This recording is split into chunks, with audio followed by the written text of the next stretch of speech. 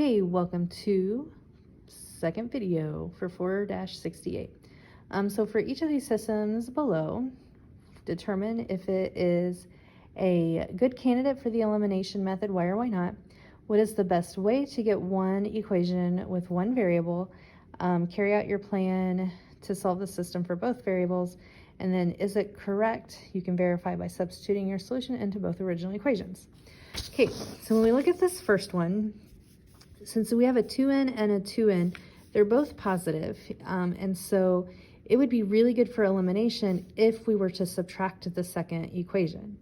So when we do that, 5m minus 3m is 2m, 2n minus 2n, that's going to cancel and give you 0. Negative 10 minus negative 2, add the opposite, gives you a negative 8. So then when you divide both sides by 2, m will be negative 4. From there, you can plug that in. I chose the first equation, so 5 times negative 4 plus 2n equals negative 10. 5 times negative 4 is negative 20 plus 2n equals negative 10. Add 20 to both sides, divide both sides by 2, and you get n equals 5. So then your answer would be negative 4, 5. Again, we were able to get that because since these are both positive, you had to subtract the equation. When we look at B, it could also be a good one for elimination if we just rearranged it, because right now we have A and B, and over here we have B and A.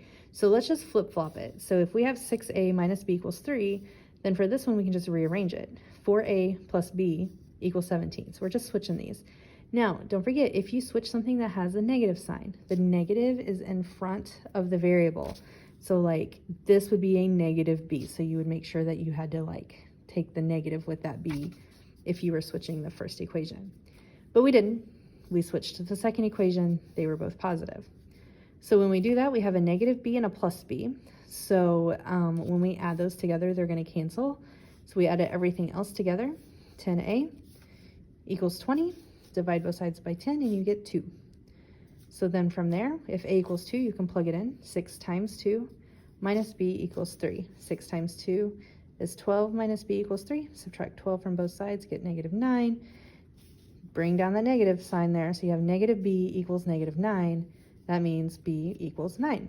So 2, 9. If you wonder what order to put them in, it's alphabetical. So like M goes first and then N.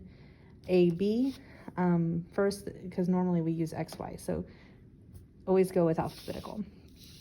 Now this one is kind of more like what we did on the first video today. When you just look at the way it is, we have 7x and 3x, so those aren't going to cancel. We have 4y and 2y, those aren't going to cancel. And so we want to think about what can we do to make something cancel. Well, if you multiply the bottom by 2, then you would, so you have your top equation, 7x plus 4y equals 17. And then your second equation, if you multiply both sides by 2, it's a legal move. 2 times 3x is 6x, 2 times 2 is 4y, 2 times 15 is 30. I left out some negatives as we were talking there. But now you have a plus 4y and a minus 4y. So think about, do you add or subtract to get them to cancel? You add, and so you would add everything. 7x plus 6x is 13x. Man, I really got choked up. 17 plus negative 30 is a negative 13. Divide both sides by 13 and you get x equals negative 1. Then you'll plug in your negative 1.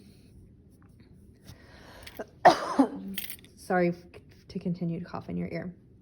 You plug in your negative 1 and you get negative 7 plus 4y equals 17. Add 7 to both sides. And then when you divide, you get x equals 6. So that is your ordered pair. I want you to try 69 on your own before going on to video 3.